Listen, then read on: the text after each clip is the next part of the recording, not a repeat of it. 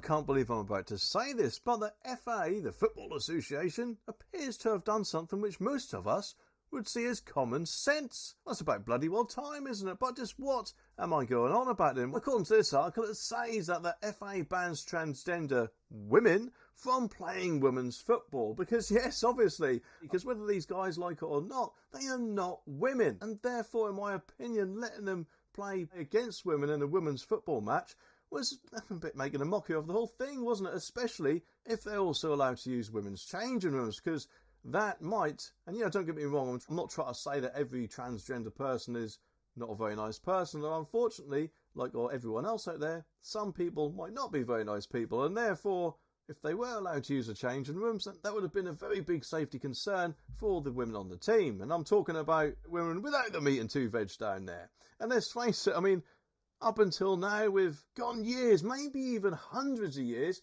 without, testicle injuries in women's football. And now those days will be returning again very, very soon, eh? But, according to this, the Football Association has announced that transgender women will be banned from playing in women's football in England from June, which, could be wrong, but I'm pretty sure that coincidentally collides with Pride Month. Well, I don't know about you, but that has given me a very good feeling of pride that the FA has finally learnt some good old-fashioned common sense. Oh, really? Well, that is not what Pride Month is. Oh, I hate the smug one. Well, too bad. Well, FA had allowed transgender women to play in women's football teams on a case-by-case basis, with players over the age of 16 who were male at birth required to show their blood testosterone is below a particular level.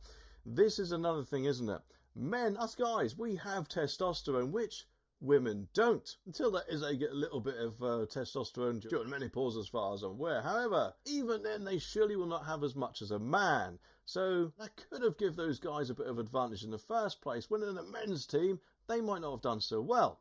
Don't get me wrong, I've got nothing at all against any transgender person, or anyone says they're this or that or whatever. They can do that stuff all they like. I just don't want it rammed down my face, and I don't think it's fair that until now they were kind of putting women footballers at a disadvantage, in my opinion, because of what they thought they were. But what have they all said about it then? Well, a statement from the FA on Thursday read, "As a governing body of the national sport, our role is to make football accessible to as many people as possible, operating within the law and international football policy defined by the UEFA and FIFA.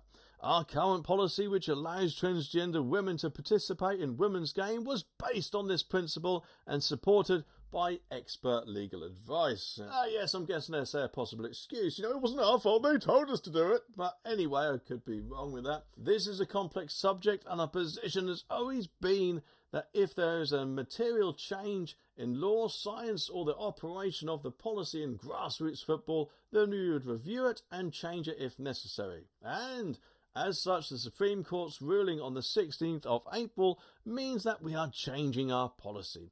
Transgender women will no longer be able to play in women's football in England, and this policy will be implemented from the 1st of June 2025. And we understand that this will be difficult for people who simply want to play the game they love in their gender in which they identify.